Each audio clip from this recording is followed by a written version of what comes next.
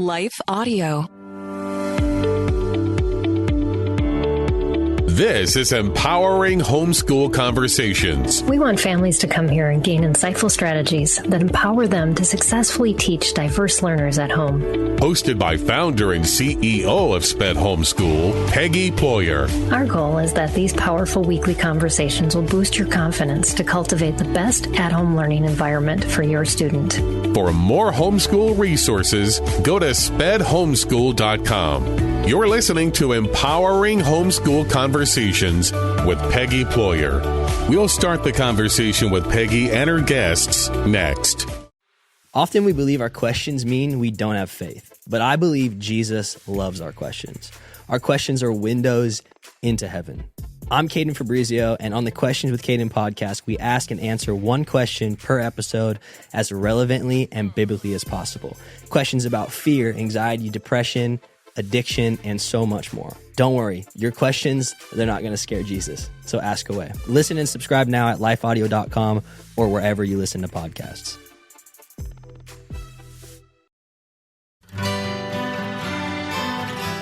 The Historical Jesus Podcast is the sweeping saga of the life and times of Galilean Jesus of Nazareth, as well as the faith, religion, and church founded to honor and disseminate his acts and teachings. Join me, Mark Vinette, on this fascinating journey through time, exploring the many great works of Christian theology, literature, architecture, music, and art inspired by the words and deeds of Jesus Christ. This is Empowering Homeschool Conversations, provided by SPED Homeschool, a nonprofit that empowers families to home educate diverse learners. To learn more, visit spedhomeschool.com. Here's Peggy Ployer. Today, my guest is Heather Anderson, and we are going to talk about ways to modify instruction for non-speaking students. Welcome, Heather, to the show. Thank you, Peggy. I'm really happy to be here. Absolutely. This is a question that we have been getting more, and I was telling Heather before the show started. I've been doing this show for 4.5 years, and so that means I started before COVID. And now, after COVID, we're finding that more parents are asking about nonverbal education more than ever. And it wasn't a question I really ever received before COVID hit, but I think it opened a lot of doors for parents to realize, we had talked about this previous to the show, what was going on in the schools and really the potential of their students that wasn't being reached. And so Heather is here to help bridge that gap for us. I am not an expert in any way, nor do I even understand this. It's not an issue that I've had in my own homeschool. So I'm super excited for you to share from your expertise, from your own experience, and just from the work that you do with parents. You are the creator of Nonverbal Autism Homeschool and support a lot of parents in this realm. And so super excited to have you share. And I just want to make a quick note to those people that are jumping on. We have quite a few people who are viewing. And I just want you to know, if you want to be part of this conversation, put your questions or comments in the feed. We would love to include those comments, questions. We also had some submitted ahead of time on our form that we're going to include as well in our conversation. So this is going to be a very fast discussion because a lot of people had a lot of things to ask Heather. And so yeah, just glad that you're here and your willingness to share. So I would just love to have you get started and letting us know just a little bit about you and what started this whole journey for you with homeschooling and then starting the company that you run to help parents teaching nonverbal homeschool students. Sure. My story is very similar as far as homeschooling to a lot of other parents. I would pick my son up from school and I would ask, how did his day go? And they would say, well, he had a great day. He ate his snack, he went potty, and he didn't hit anybody. Oh. I'm like, okay, that's great. But what did he learn? Right. And they just look at me like, learn? Lady, he can't learn. What are you talking about? We're herding cats in here. We're not learning. And I would get so frustrated at IEP meetings because his goals would be things that he could show me at home that he could do. And I had two final straws. The first was when I learned that as soon as I dropped him off, they took away his AAC device because he was talking in class. So they take it, put up on a shelf, and discourage communication. And the second was when I was trying to tell his teacher, he can count. Like I don't know why he's not counting for you, but he can count. He's ready to learn addition and subtraction. And she looked at me and she said, well, how do you think we should do that? Oh. And I'm like, you're asking me? Right. And that got me to thinking, well, if she thinks I can figure it out, maybe I can figure it out, That's good.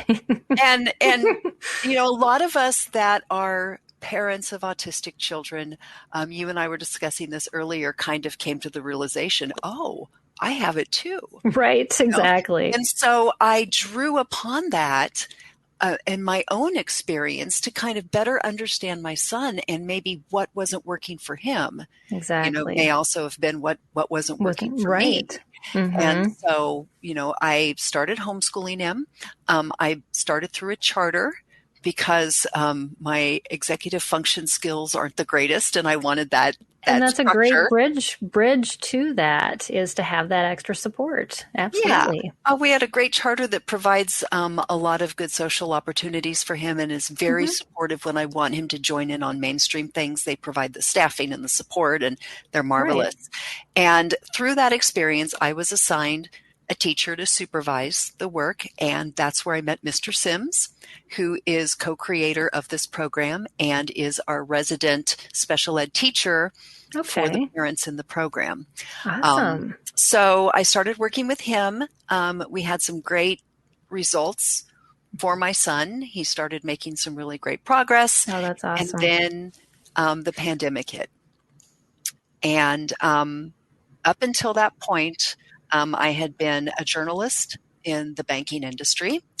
And then after my son required more care from me, I wasn't able to work full time. I started as a freelance writer. Okay. In the banking industry, freelance writing and marketing strategy. But then when the pandemic hit, all my clients dropped me because bankers will drop you. Like when the economy goes, they're bottom line people. Right. And so I needed an income. And thankfully, I'm very entrepreneurial minded. And I looked around and I saw all these parents who were absolutely horrified by what they were seeing their students being taught in virtual school. Right. And they were having the same experience as me. Okay, we're learning to count to 3. And the parents is like, what? This child can do a 1 through 100 puzzle at home with no problem. Right. What are we doing here? And so I thought, well, I already have a program that Mr. Sims and I developed for my son. And when I worked for the newspaper, I was in charge of the website. So I know how to build a website. Yes, all those skills. As a journalist, I know how to vet information and repackage it into something that's easy to understand. Right. I know all about SEO. And so I set out making this program, not knowing if it would succeed or not. But it did. I think, it was kind of a perfect storm of things happening. Absolutely. What a beautiful story. And so you were so, just ahead of the curve of everybody else during the pandemic, enough time that to be able to prep all that stuff, and yet to get your son on the right road too. And to just show parents that it is doable, and you just, learn along with me, just a couple steps behind. That's kind of how my story started. And it's such an encouragement to parents who are floundering and going, where do I go? And to have your story to be, yep, we can go this way, and success is happening. Yeah. Well, the ability to homeschool your child doesn't happen overnight. No, it doesn't. Teaching is a degree for a reason. First year teachers are shadowed for a reason. I mean, it's the first year of homeschool is, I was just kind of, even with Mr. Sims' guidance, it was difficult for me, and I'm still learning. I'm still getting better at it. This is our 5th year homeschooling, and I feel like have it together so much better than last year even. Oh, absolutely. You never kind of quite get to where you feel like you got it all down. I think some people think you do. I always joke that you get comfortable with not knowing. And it's that comfort that I think a lot of people see instead of the I know everything, but I'm just comfortable in not knowing sometimes, and more so. Well, what a great lesson for students of all abilities, that growth mindset. Yes. That, you know what, this isn't working. Let's figure out what's going to work, because our children grow and change. As soon as you figure your kid out, they develop into something else you don't understand. Exactly. So it never ends. So true. Yes. Or they change their mind and go, oh, well, how do we pivot to that? Yeah. I liked that yesterday, not today. Yes. Yeah, absolutely. After a word from our sponsor, we'll dive back into this conversation. It's a crazy world out there, moms and dads. I'm Catherine Seegers, host of Christian Parent Crazy World, the podcast that tackles tough topics to help you be a godly parent in an ungodly world. Subscribe at lifeaudio.com. This is Empowering Homeschool Conversations, provided by SPED Homeschool. Go to spedhomeschool.com to get resources and support for teaching your unique learner at home. So we're going to talk about modifying instruction today. And I thought I would first start out with the question, why? Why is instruction so important to modify when you have a non-speaking, nonverbal student? Because of their disability. They have an expressive communication disability, which makes it difficult and sometimes impossible to show what they know. Right. Verbally, a lot of our students can't write. Some of our students struggle to point. And that's one great thing about the pandemic is a lot of these non-speaking adults were able to get online and participate in these virtual symposiums. That's what really got the ball rolling for me, was to see adults who are like my son, who still lack the ability to physically control their bodies. But they were able to communicate through typing, through letterboards, and this mature, insightful language came out of them. So that gave me, kind of a roadmap, a place to go. And so, I was able to kind of fangirl their parents and kind of figure out what they did. And so what you need to do is, first of all, find how is your student able to communicate what they know. Some of our students are great at puzzles. Some of our students can point.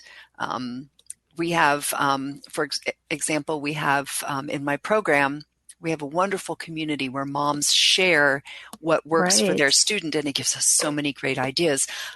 We just a couple weeks ago had a mom describing how her daughter can't point. If you say, point to the letter that makes the B sound, she cannot point to B. But if you have letters that she can physically, handle, and if the mother would say, give me the letter that makes the B sound, she'll grab the B and hand it to her. Okay. And that probably comes from years of working with PECs, right? So expressive communication requires physical therapy. It requires, developing those neural pathways that allow them to get the information from the brain to the body, to the hand, to whatever.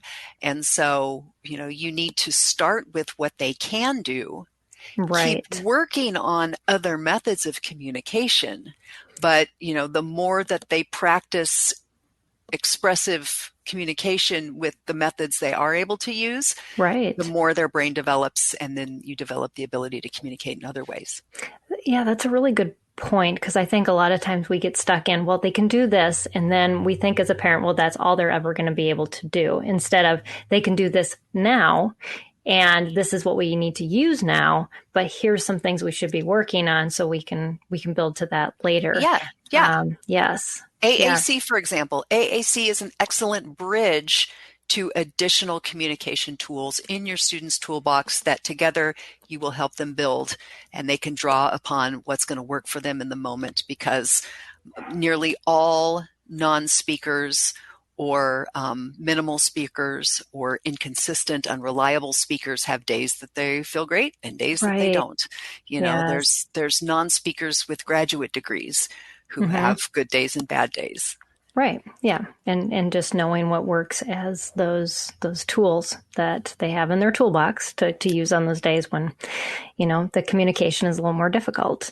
Yeah, we did have a question from a viewer asking about non-AAC, non-ASL creative options. So puzzles, you had said, or grabbing the letters. Is there anything else that for that mom, for Carrie, that you would suggest? Yeah, there's a couple things. One thing to realize is that a lot of non-speakers or minimal speakers can struggle to see a workbook or something that's sitting on flat on a table.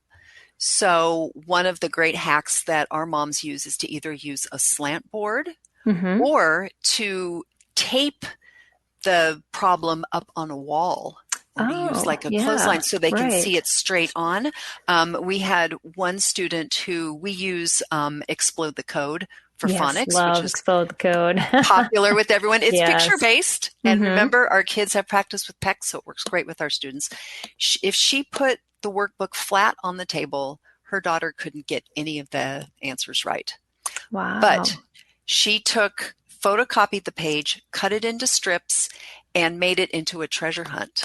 She taped one problem on a wall in each room. So they would start in the bedroom and, you know, they would be straight across at eye level on the wall.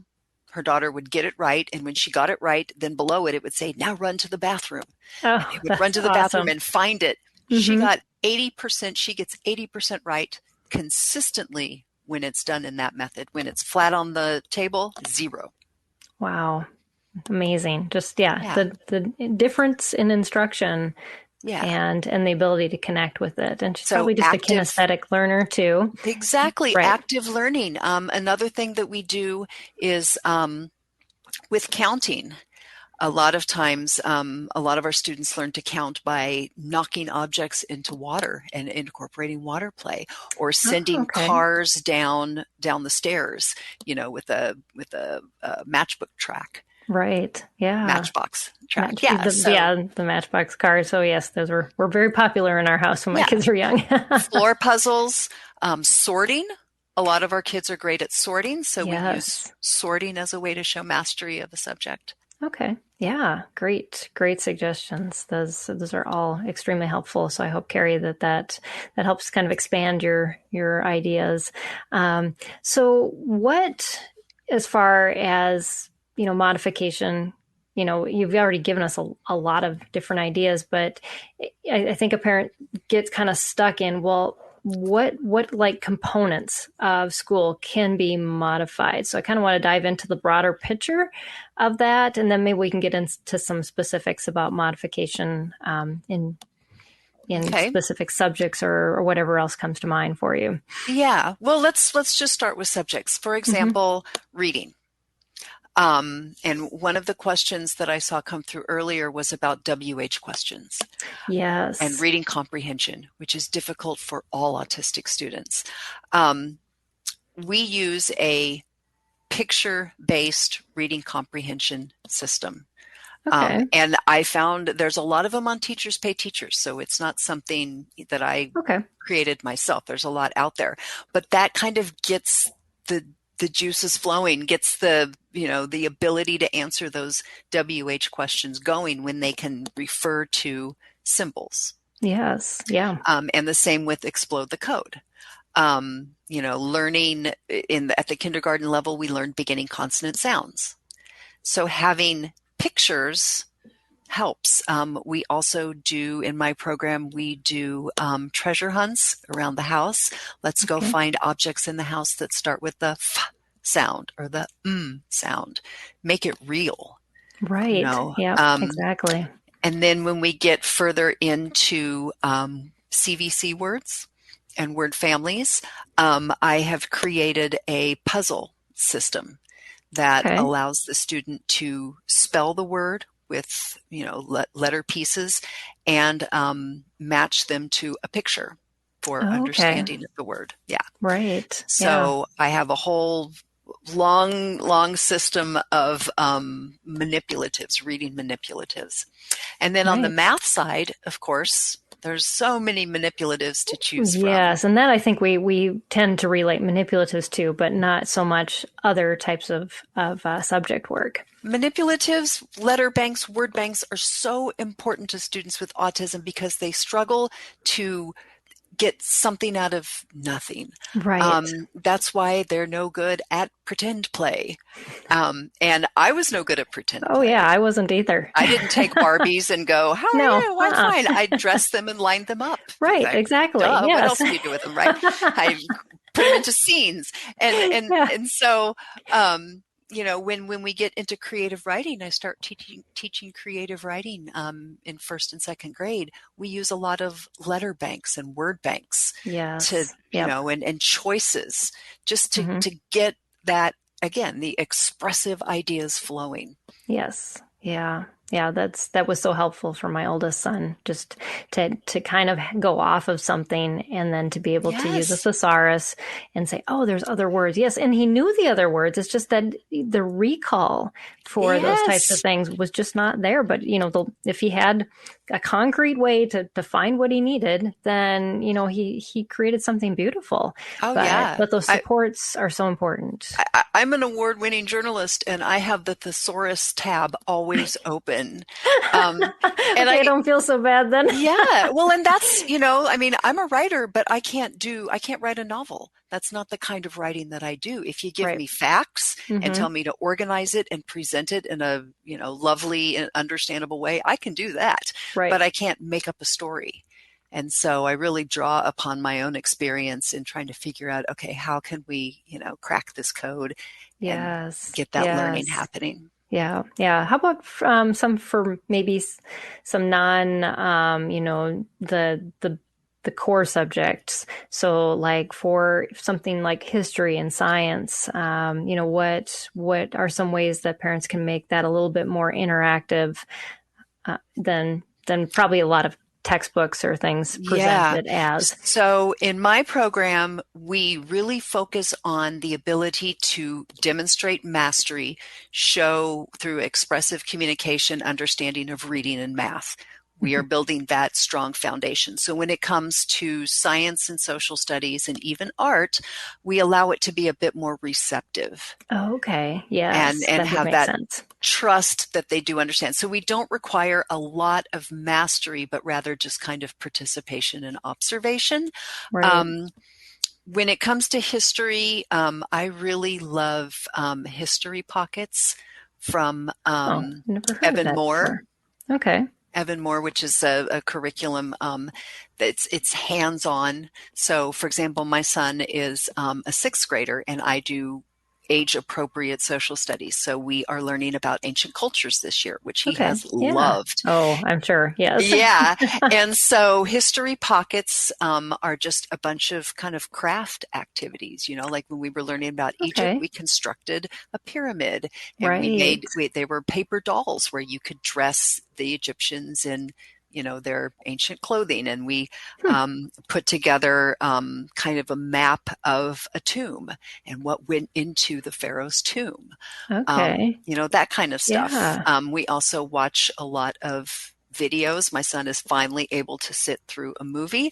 And so we watched a Scooby-Doo cartoon about Egypt that happened to be pretty historically accurate. Wow. So we used that. So I do in science.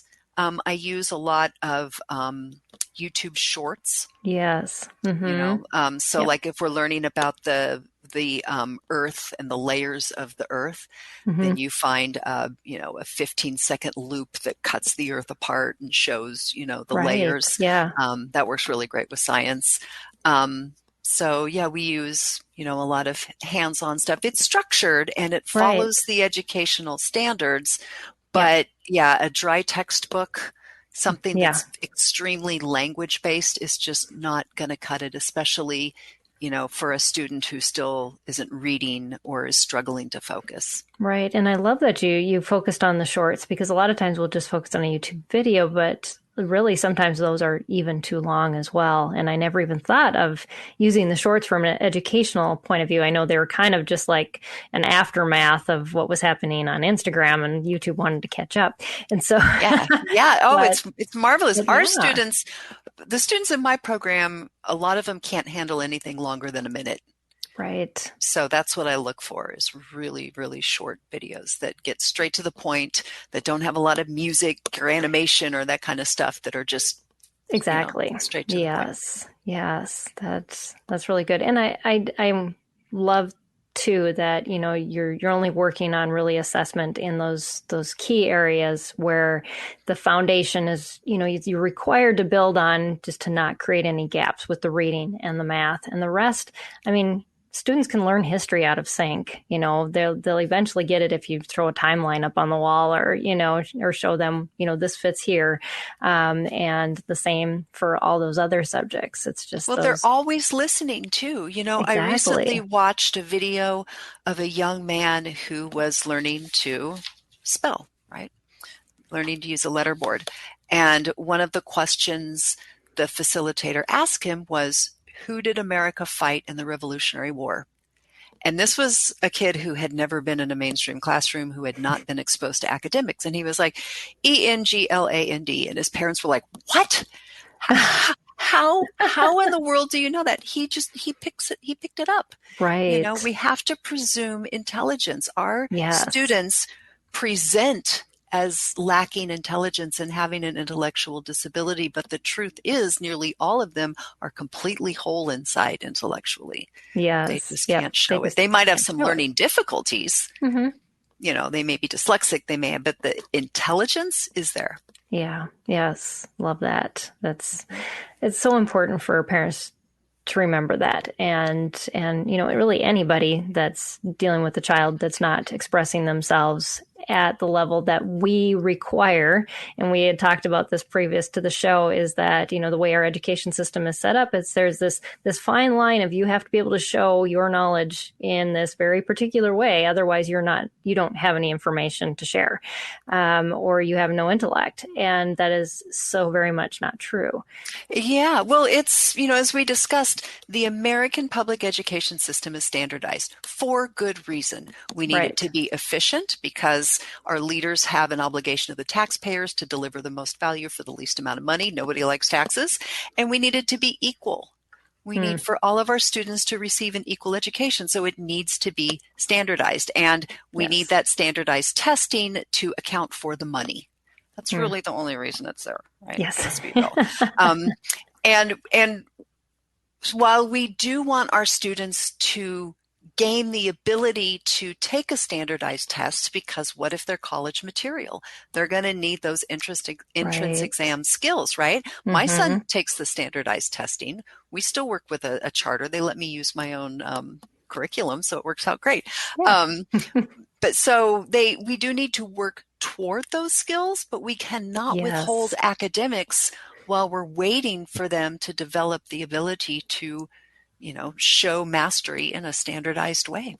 That's a great way to put it. Yes, because we do want them to not get defeated. And so many kids will give up and say they don't like learning, when really they don't like being told that they don't know anything, when they really do. Yeah. And they end up in this perpetual kindergarten that they are beyond, but and they might get not angry. Be able to fill it. Yes. I mean, I'd start swinging too if I had been told for 7 years that I was stupid, you know, and asked to point at the bunny and point at the bunny and point at the bunny. I mean, and you physically can't. It's a physical issue. It's not, generally not an intellectual issue. Yeah, absolutely. So we had a couple questions come in about assessments. One was just from Jane, and she said, how do you assess students? And another one's from Nancy, and I know that she actually has tutors. And so she's asking for people that work for her, that work with homeschool students online, and just any tools for assessments that they can use for nonverbal students. So I guess a lot of probably your answers will be similar, but if there's anything addition for somebody who is coming in as a third party that you would recommend as well, that'd be great. So again, assessments are required for standardization. So if you're homeschooling, you can be a little looser with that. A lot of times with a nonverbal student, you even have to kind of go off of their behavior to figure out whether or not they understand something, right? You always want to, like I said, you want to work toward that expressive communication ability to show what they know, but you can't wait for it. You got to get started because it all kind of works together. So, for example, with my student, when he understands something, he does this. He gets excited and he starts laughing and he does it. So that's kind of my sign that he does understand. So you kind of keep going, even if they can't show, mastery at that point in the traditional assessment way. But there are other ways. For example, the student who could do the work through a treasure hunt taped up on the wall. And that's actually something that Mr. Sims used with my son, is to put, grab a couple sticky notes and with sight words or with beginning sounds or with CBC words, put 2 choices or 3 choices up on the wall and then say which word is bat. And they can usually grab the right sticky note. And then once they get it right, I like to chase them. Like we get to play a game of chase after each correct question. This isn't, it's a bit unrealistic, I think, to ask a severely autistic student to sit at a table and take a test. Their body just will not cooperate. But if you make it into a fun game, suddenly they can show you what they know. Absolutely. So that's kind of a general answer. Okay. Yes. And just providing those options, and instead of, just expecting like a fill in the blank, that's just not going to happen. I mean, you want it to happen eventually, but not in the beginning. Right. Yeah. Yeah. And so, I love that you say, the behavior can really show that. Now, as an autistic person myself, I have a hard time picking up on social cues. So as a parent, do you have any recommendations for us on how we can be more observant to figure out, that's I think the biggest struggle I had with my children was I wasn't picking up on their social cues and things that they were trying to use to express to me because I just was unaware of them. Is there anything that helped you in that process? Well, I mean, that's part of what makes homeschooling so much better for our students, is that mom knows the kid. Right. You can, through experience, even through intuition. If you're autistic, you can also kind of read the energy coming from them. And so when they can be pushed a little harder. When they're done for the day. When they're not feeling well. I have taught my son, we have a really good system now where when he is dysregulated, I'm able to ask him, does your body hurt or do your feelings hurt? Or both? Oh, that's a good question. And I just posted a blog on this. I hold out 2 hands. Does your body hurt or do your feelings hurt or both? And even if he's in the middle of a meltdown, he can usually tap the right hand. And then I'm able to address either problem. So when it comes to homeschooling, you need to just kind of apply your ability to read your student in, a life skills way, academically as well. So, for my student, when he already knows something and he just can't show me, he gets angry. So that's one of the cues that I read. And then I shared, when he gets something for the first time and he's excited, he does that. Right. Yep. When he doesn't understand, he cries. Okay. He cries out of frustration. So that's when I know, okay, we're going to pull back on this, maybe back up, maybe put it down and bring it up later. My son learns so much better the second time around. Oh, that's really neat. Which is how I learn. It's another thing where I realized with me, you try it the first time. We use what's called errorless learning in my program. Okay. And that answers one of the questions, the assessment questions. Right. Actually, it was another question that one of your viewers had. How can I get them to show me the answer without telling them? Yes. Well, in the beginning, you just tell them. So errorless learning, you show them how to do something. So if you are showing them addition, you do the addition problem for them. Right. And then you gradually back off. And the great thing about autistic students is they have giant egos. And when they know something, they'll slap your hand out of the way. I know how to do this. I know what I'm doing, right? That's when you know they've got it. Right. And that's when you can move on. So, just, first you have to presume competence and know that chances are a lot of things they do understand what you're trying to teach them. They just can't show you. Right. So that's a big part of it. Yeah. And so then you go, the next step is to kind of gauge if they're unable to show you, even with the pointing, even with the give me this or the wall method, then go off of their emotions. We have some students in the program who have cerebral palsy. Okay. And mom has to go off of eye tracking and facial expression to know whether or not they understand. Right. Yeah. And, it really goes back to a lot of what parents just do generally in homeschooling and special educators. We don't often talk about just how much they do trial and error too in the classroom, because every child's different. And so you just have to try, see if it works, and kind of go back and forth until you figure out what works best for your student as well as for you with teaching. Yeah. Well, trial and error learning is the opposite of errorless learning. Trial and error learning often does not work with nonverbal students because of their motor planning issues. Meaning, if you show them and then ask them to try, if they get the answer wrong the first time, the motor planning is stuck. And then that's going to be the answer forever. Even if they know it's the wrong answer, their finger is going to go to the wrong answer, and then they're going to get frustrated and angry and give up. And then that's where the anxiety comes in. I don't want to do school because I might get it wrong. And if I get it wrong, then my body's going to say the wrong answer forever. So errorless learning erases that anxiety. I tell my son all the time when we start something new and he's anxious about it, I'm not going to let you get it wrong. Yeah. I'm not going to let you fail.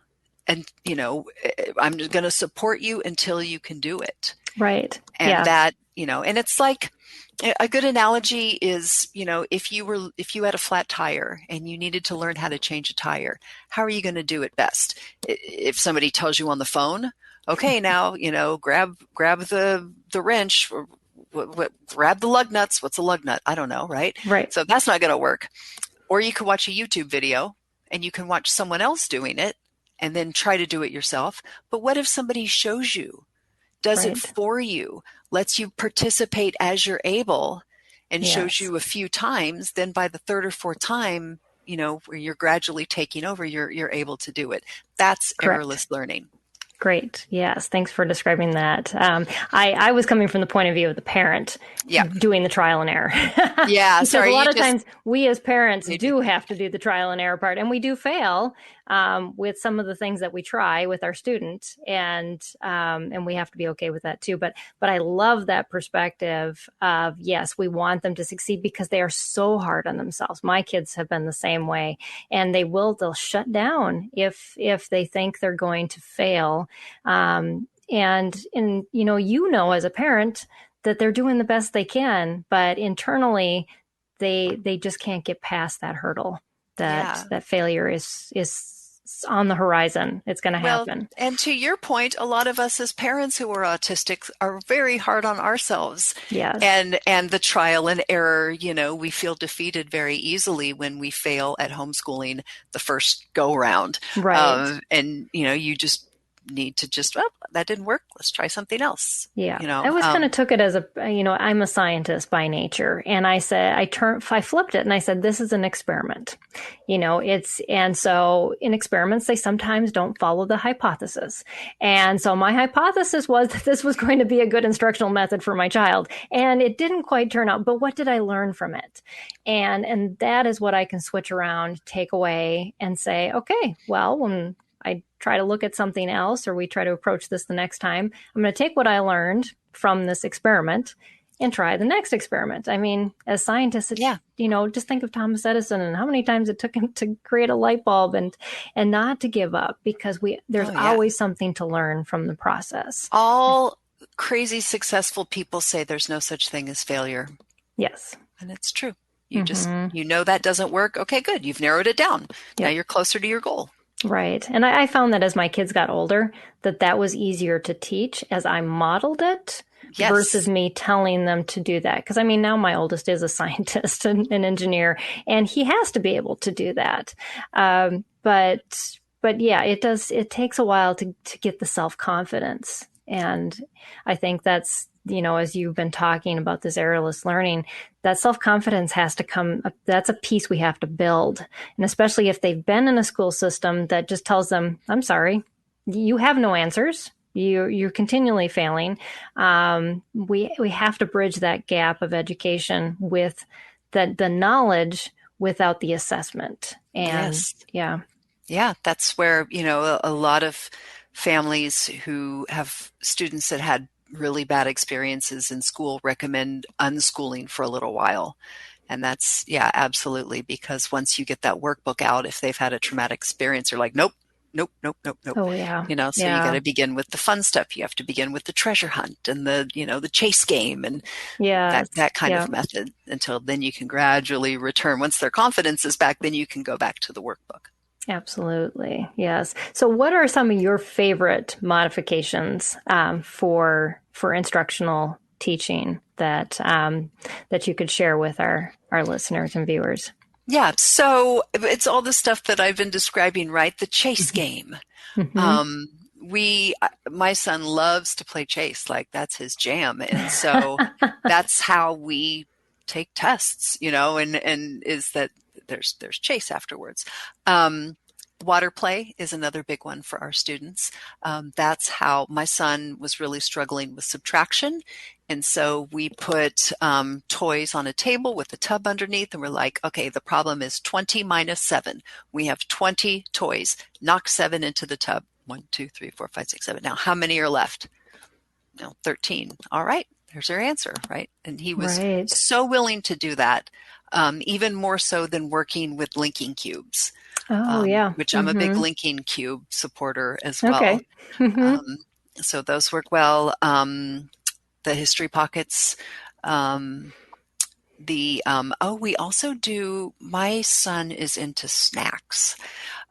He will not try a food unless it comes in snack form, and then he's willing to try anything. And so we do those international snack subscription boxes. And I use that as an opportunity to teach geography and culture and history and, that sort of thing. That's a great way to dive into those interests and yeah, special interests are so key. You have to find what your student is into. We had a student who, I think he was a teenager, and he had never shown any academic ability whatsoever, including counting. Couldn't count. And so we asked his mom, well, what is he into? Is he into Disney? Is he into Thomas Train? What's he into? And she's like, well, he's not really into anything. She goes, it's embarrassing to say, but the only thing he's interested in are metal bottle caps. He collects them. So we're like, well, let's count bottle caps. Right. So we started with that. We Mr. Sims and I created a different form of touch point math, which I'm sharing with your listeners for free. And so we used bottle caps on the posters that we created. Within 2 weeks, he could count to 100. He could not only count to 10, he could bag his bottle caps into bags of 10, put them together in bigger bags of 100, understood place value, within 2 weeks. Amazing. Just because they used bottle caps, something he was interested in. Like, okay, I think, this makes sense to me.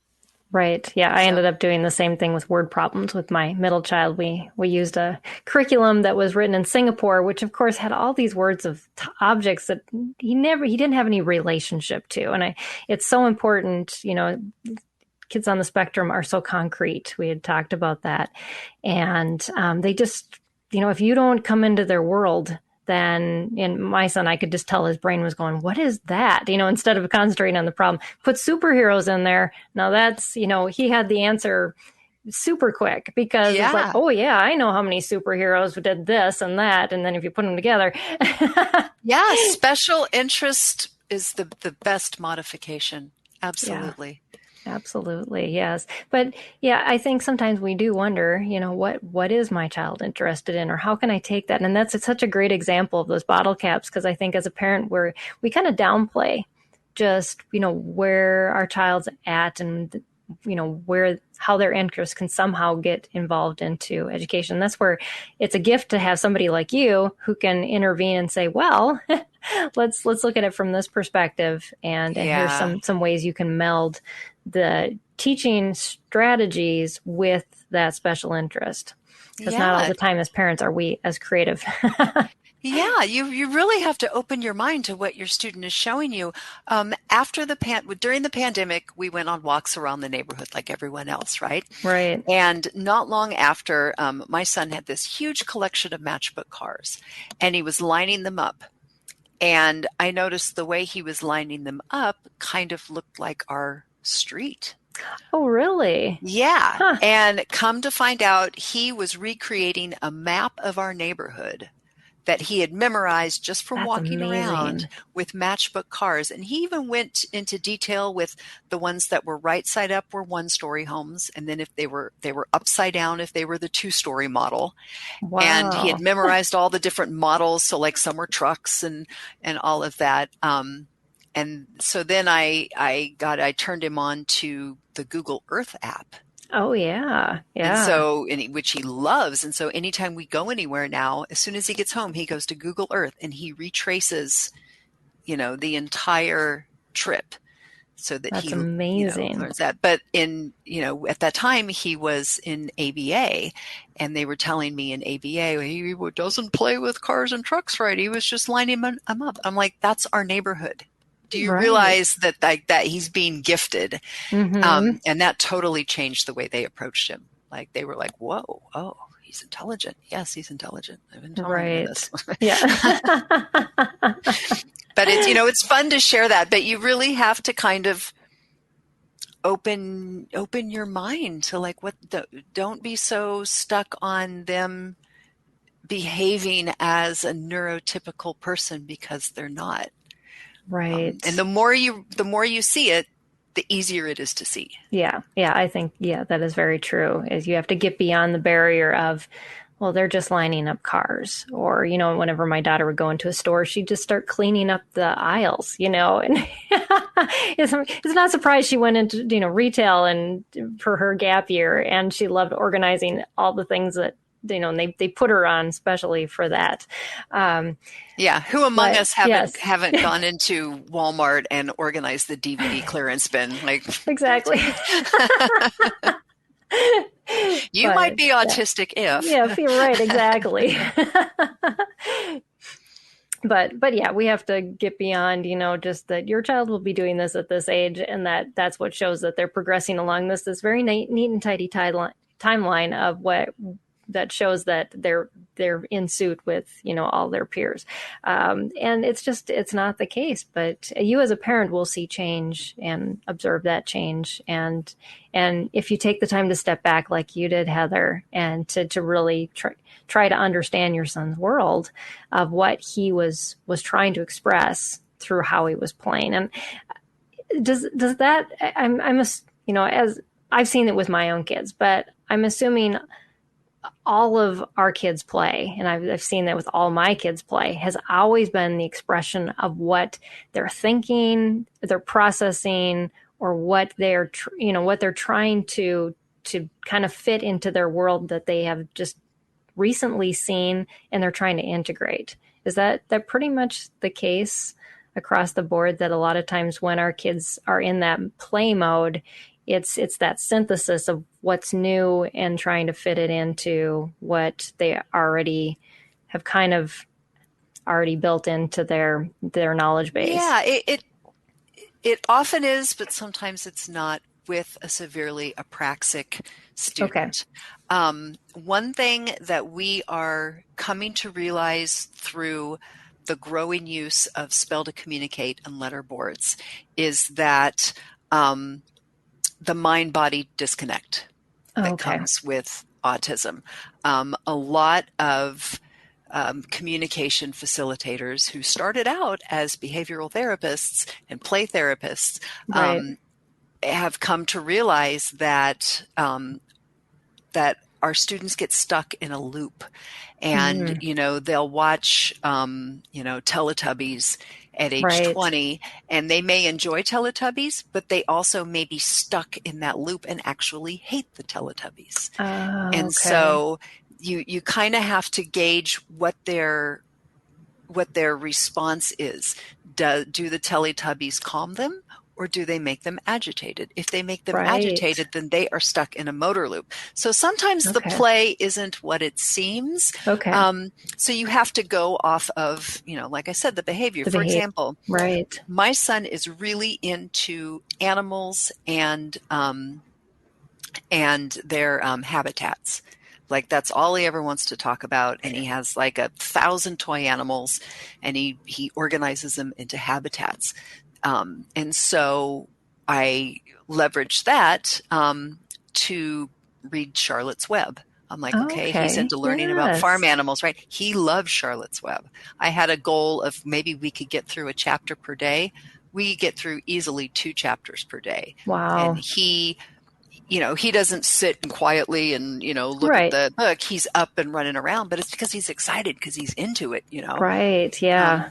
So, that's, by going off of his emotional reaction, display, and behavior, then that's how you can kind of know if it's play or if it's a motor loop. And that's cutting edge stuff. That's stuff that we're just now starting to discover. Well, I'm glad I asked the question then, because it seems like, in the past when I've interviewed everybody, we talk about play and how I think more of the research is done on play for typical children versus those on the spectrum and those that are nonverbal. And so I'm really glad that you shared that information, because a lot of times as parents we think, well, play is always effective, but again, back well, I mean, it is if it's play, right? But if it's a motor loop, then it's not. That's something to just look out for. Right. Yeah, absolutely. So, so you touched on a little bit that you created a free resource for our community. I'd love for you to talk a little bit about that.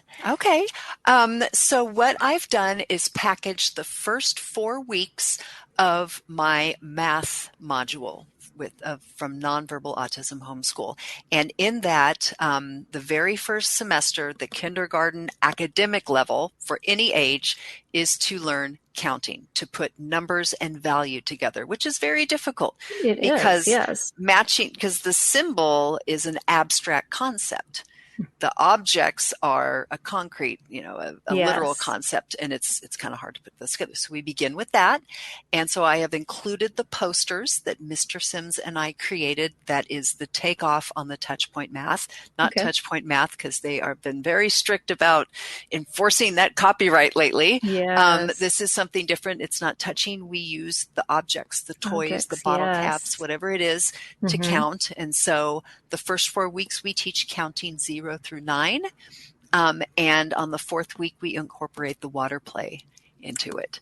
Yes, so you've got videos on there too. So. Yes, my program has hundreds of instructional videos. Awesome. The program is basically, I've vetted the curriculum, I've organized it, I do all of the lesson planning, and then I provide instructional videos for the parent. It's not for the student, it's for the parent. So I show you exactly how to work with your student using the materials provided. And so, that link that I've provided and those free first 4 weeks are going to be, I think, pretty helpful for parents who want to get a feel for what my program's all about. Right, exactly. And so if you're listening on the podcast, it's the website is the Autism Oasis, and I will have URLs, the full URL for the free resource, as well as Heather's website on the description of the podcast, as well as the YouTube channel. So you'll be able to find those links without having to type them in and figure out if you've got the spelling correct. So we want you to be able to find her and not make it too difficult on you. So what else can people find on your website as well? My website. Or what services do you offer that parents can take advantage of? So currently the product, I just have the one product, Nonverbal Autism Homeschool. We currently have academic levels K through 2. Okay. I add a new academic grade each year. So we will launch 3rd grade in the fall. Mr. Wonderful. Sims is supposed to retire, but he keeps getting begged by area districts to come back for one more year. But he wants to help me build a complete K through 12 program that goes all the way to a That'd diploma. Be so amazing. Yes. He is known for taking kids off of that certificate track and getting them a diploma. And so we're really committed to that. So that's the product, but on the website, you also have my blog where I have a ton of videos and ideas on, autism parenting, education, positive mindset, that sort of thing. And then, my followers can also sign up to receive emails. Every Monday, I profile a successful non-speaking adult and kind of show what's possible. Everybody loves that email. Right. It gives them the hope on Monday morning that they need to keep going.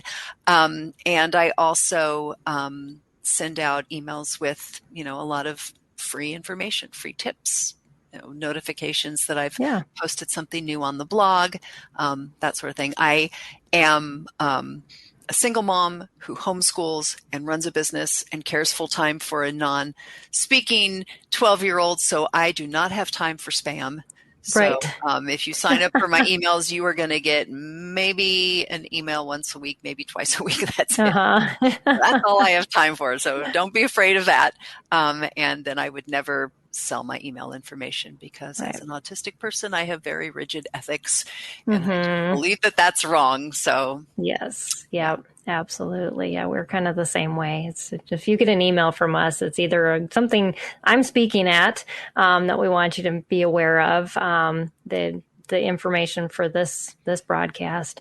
And it's so nice. I'm sure a lot of these people who submitted these questions ahead of time, they're going to come back and watch later. A lot of our parents do that because their school days are full. And so, one of the best things about my program, which I mentioned before, is the community. Twice a week, we have live Zoom meetings with Mr. Sims where parents can come and ask questions about the program, about teaching in general. Mr. Sims is not only a public school teacher, he and his wife homeschool their 5 children. Oh, wow. So he knows it. So he has the inside. Yes. So he has it from all angles. Then parents are also able to share the hacks, that they've come up with. I see that in a couple weeks, you're going to have Stephanie Buckwalter on the show. Yes, she'll be back. She was actually on last month too. Yes. Yeah. Well, she is one of the moms in our program. She uses my curriculum with her daughter and she has the best ideas.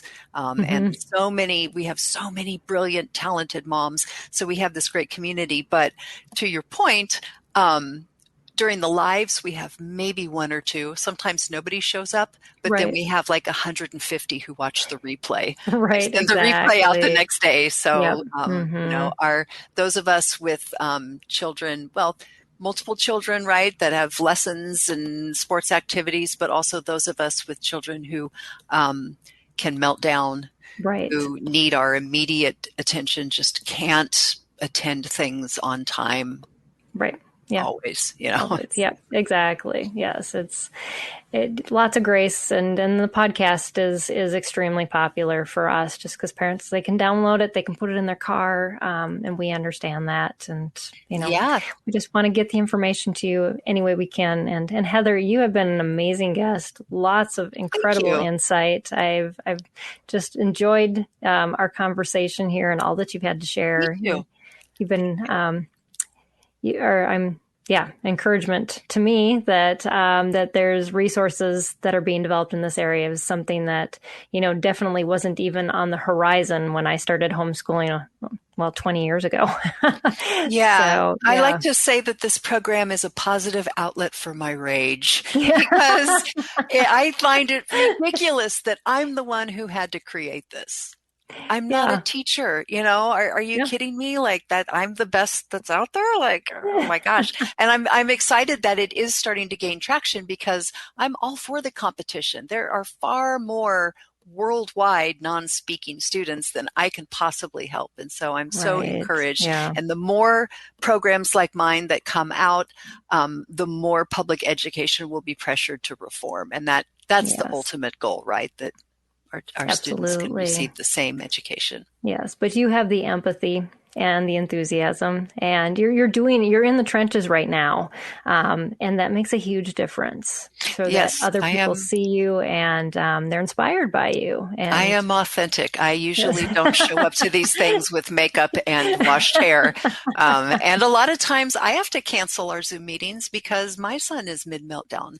Right. And I've had parents, reply to me, say, "You know what? I kind of like you better when you have to cancel. It makes me feel better about myself." And so that authenticity is important. It is. It's very important. Yeah. And we don't have to be professional, but we do need to meet people where they're at and allow them to see us where we're at.